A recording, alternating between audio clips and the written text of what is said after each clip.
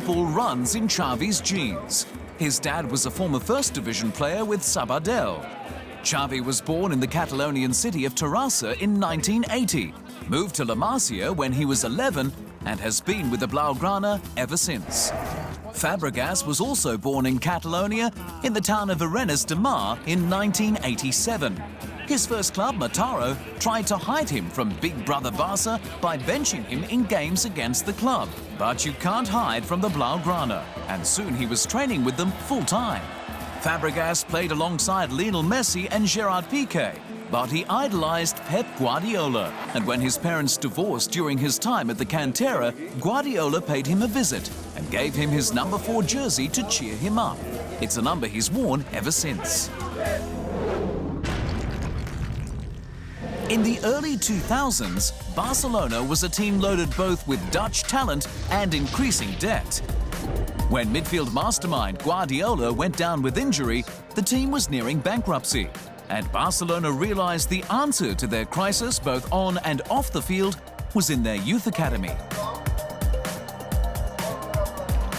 Xavi was handed the keys to the midfield, and despite knee injuries that have forced him off the pitch for extended periods, he's been a catalyst in the team's world football dominance. Xavi brilliantly surpassed his predecessor with his supreme playmaking skills and cool composure, leading Barcelona to multiple La Liga and Champions League titles.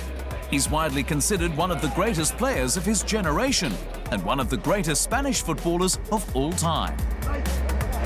For Fabregas, though, his love for the Blaugrana didn't translate to time on the pitch. So at 16, he moved to North London. Arsenal was a strange destination for a man without Patrick Vieira's height or strength. But not only did his play prompt the Gunners to send their former French captain to Juventus, but the club gave him Vieira's number 4, his captaincy and a long-term contract. Fabregas thanked Arsene Wenger for the vote of confidence with 57 goals in 303 appearances.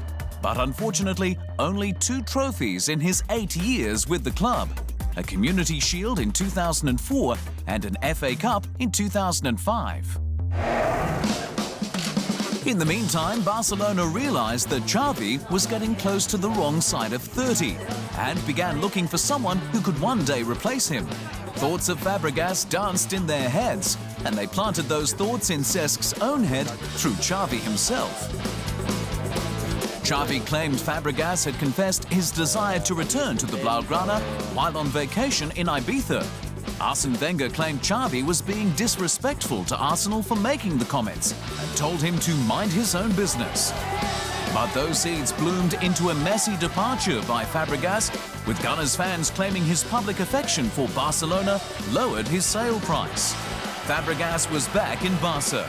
Though he earned more trophies, he struggled to earn a regular spot on the team. His sporadic play had a lot to do with the man he's supposedly destined to replace. Stats show that in the 5 years before Fabregas went to Barca, he created 466 scoring chances, made 75 assists, scored 30 goals. All better than Xavi, despite playing less games than him in that period. Nobody can ever really replace Xavi, and it appears Xavi has no intention of being replaced anytime soon. Both Xavi and Fabregas have been born in an age when Spanish football has been at its best, and both have played their part in making that happen. While both modelled their play on Pep Guardiola, Fabregas has proven the feistier of the two. That Spanish fire came out after a match with Manchester United, when he was accused of throwing pizza at Sir Alex Ferguson in the players' tunnel. The Battle of the Buffet ended in a loss for Arsenal, but it showed a bit of Cesc's dark side. Xavi is much more calm and controlled, and with his God-given passing ability and vision, teammates say he plays in the future.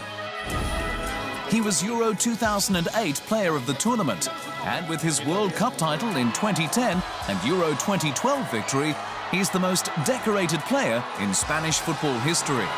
Fabregas was on all 3 of those record-setting teams and set up Andres Iniesta for the winning goal against Holland in the 2010 World Cup final.